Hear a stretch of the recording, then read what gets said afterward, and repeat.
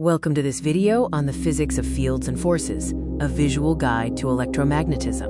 We will explore everything from static foundations like electric fields to dynamic interactions such as electromagnetic induction. Our video is structured into 3 acts. Act 1 covers the rules of stationary charges, including electric fields and Coulomb's law. Act 2 focuses on capturing force through concepts like capacitance and exponential discharge. Finally, Act 3 explores dynamic dimensions, such as the motor effect and electromagnetic induction. Electric field strength, E, is defined as the force per unit charge, FQ, or the potential difference over distance, V/d. Moving along an equipotential line requires zero work, while moving across them requires energy.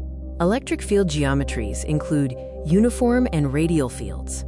Uniform fields have parallel and evenly spaced field lines and equally spaced equipotentials. Radial fields have diverging or converging field lines and concentric, widening equipotentials. Their mathematical laws reflect these differences in field strength.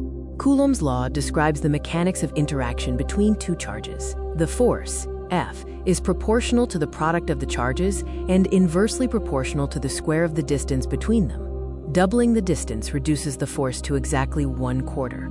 Millikan's oil drop experiment proved that charge is quantized. By balancing the electric force against gravitational weight, Millikan calculated the exact charge of an electron, finding that all charges are exact multiples of this value. There is a symmetry between Newton's law of gravitation and Coulomb's electrostatics. Both are inverse square laws, dictating how a central body alters the geometry of the space around it, whether the source of the force is mass or charge. Act 2 focuses on capacitors, translating static potential into stored energy. Capacitance, C, equals the charge stored per volt.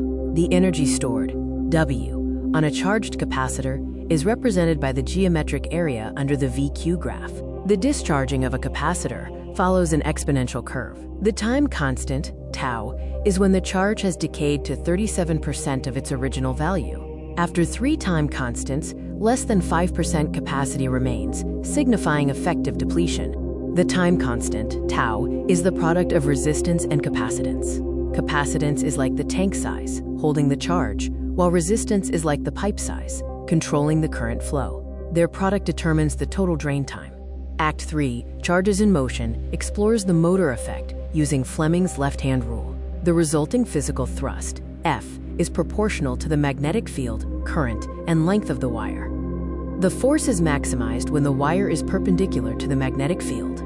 Charged particles travel in perfect circles within a magnetic field because the magnetic force is always perpendicular to velocity, acting as a centripetal force.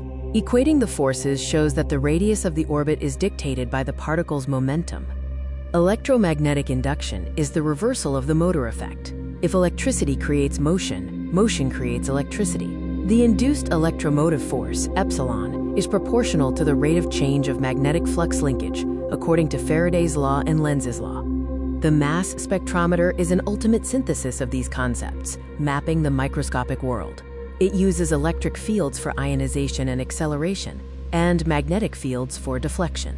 This allows scientists to derive the charge-to-mass ratio of unknown particles. From static potentials to dynamic induction, the rules of electromagnetism form an unbroken, symmetrical architecture.